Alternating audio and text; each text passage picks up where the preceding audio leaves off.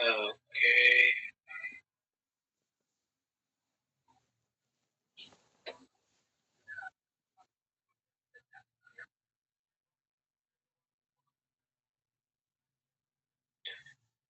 oke, cek.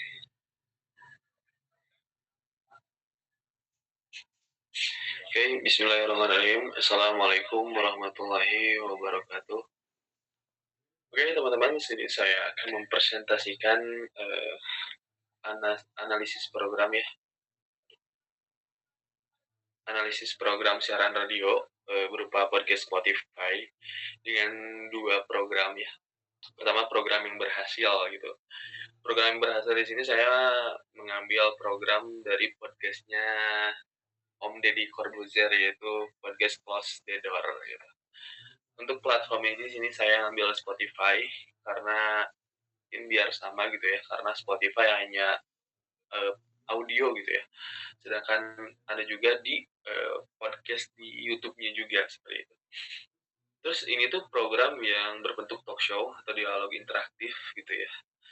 Uh, Host dan narasumber saling berinteraksi seperti itu. Terus di sini juga podcast ini tuh menghadirkan berbagai narasumber dari berbagai tokoh, mulai dari publik, akademisi, praktisi, hingga figur kontroversial gitu. Program ini mengangkat isu-isu terkini, isu sosial, politik, budaya, hiburan, dan fenomena yang aktual yang sedang ramai diperbincangkan pada saat itu, sore itu. Terus gaya penyampaian masih juga lugas, kritis, dan membuat diskusi terasa mendalam dan tetap komunikatif. Eh, Selanjutnya, mana? Nah, tagline-nya tuh podcast paling berisik di Indonesia itu, karena mungkin di sini maksudnya tuh podcast paling paling terkenal gitu ya, paling viral di Indonesia. Karena bisa kalian lihat kalau podcast Om Deddy ini kalau di YouTube nih bisa sampai jutaan gitu viewersnya tuh. Karena saking emang menariknya gitu ya, emang terkenal itu podcastnya. Terus tujuan podcast ini ya apa ya, tidak lain adalah memberikan informasi, edukasi serta hiburan kepada para pendengar itu mengenai isu-isu terkini gitu, dan bagaimana latar belakang dari narasumber tersebut, karena biasanya yang diundang tuh yang menarik-menarik seperti itu. Terus target pendengarnya itu orang dewasa ya, mulai dari 18 sampai 40 tahun gitu. Terus waktu dan durasinya juga sekitar 60 sampai 120 menit.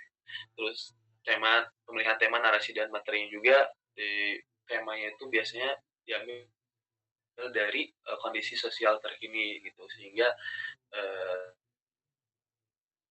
lebih melihat podcast tersebut gitu.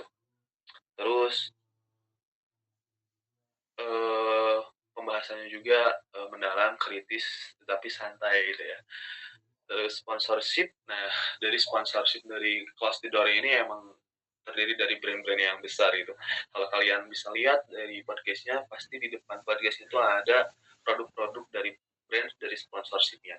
Terus kenapa alasan program ini nilai berhasil? Karena konsepnya itu jelas, temanya konsisten, terus pengelolaan kontennya juga jelas, matang gitu. Terutama dari personal branding dari si hostnya yang emang sudah terkenal dari sebelumnya seperti itu. Uh, Terus selanjutnya program yang kedua itu program yang kurang berhasil ya, bisa dibilang. Yang mana ya judulnya tuh Curhat Bang, podcast Curhat Bang dari Spotify juga. Jenis programnya itu monolog ya, podcast tapi monolog. Penyiarnya dari podcaster independen gitu. Jadi si Curhat Bang ini adalah program audio yang berisi curhatan opini dari pengalaman dari si hostnya itu gitu. Yang mana topik pembahasannya itu seputar pengalaman hidup dari si hostnya gitu, perasaan pribadi. Jadi subjektif gitu ya. Tidak ada subjektif terhadap suatu persoalan. Juga tidak memiliki tagline yang kuat dan konsisten, serta tujuan dari siarkan ini adalah sifatnya personal gitu, sebagai media ekspresi dari si hostnya itu gitu. Terus uh,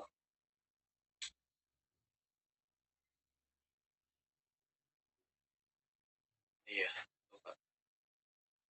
nah targetnya tuh nggak spesifik juga, programnya itu pendengarnya itu lebih ke umum gitu, dan waktu durasinya juga tidak memiliki jadwal unggahan yang konsisten, terus durasi episodenya teh relatif singkat hingga menengah, namun tidak memiliki pola yang tetap gitu. Jadi nggak menetap gimana si hostnya tersebut gitu.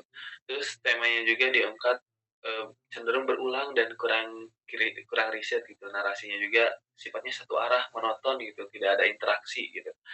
Serta materinya juga mengandalkan pengalaman pribadi tanpa ada pengembangan dari sudut pandang yang relatif. Untuk sponsorship, podcast ini belum didukung oleh sponsorship ya, sehingga pengelolaannya juga programnya dilakukan secara mandiri dan sumber dayanya juga terbatas seperti itu. Terus alasan program ini dinilai kurang berhasil karena mungkin belum memiliki konsep dan manajemen program yang jelas dan matang. Juga pendengarnya juga belum dispesifikkan juga seperti itu, serta kontennya juga di variasi kontennya lemah, serta kualitas produksi dan konsistensi unggahannya juga masih rendah. Saran dan kritiknya, podcast ini perlu merancang konsep program yang lebih terstruktur gitu ya, menentukan target pendengar secara spesifik, serta meningkatkan kualitas produksi audio gitu. Selain itu, penambahan format dialog atau menghadirkan narasumber dapat memperkaya juga konten dan meningkatkan daya tarik dari si pendengar. Nah, mungkin itu saja analisis program dari saya. Mohon maaf bila ada kata-kata yang salah, mohon dimaafkan.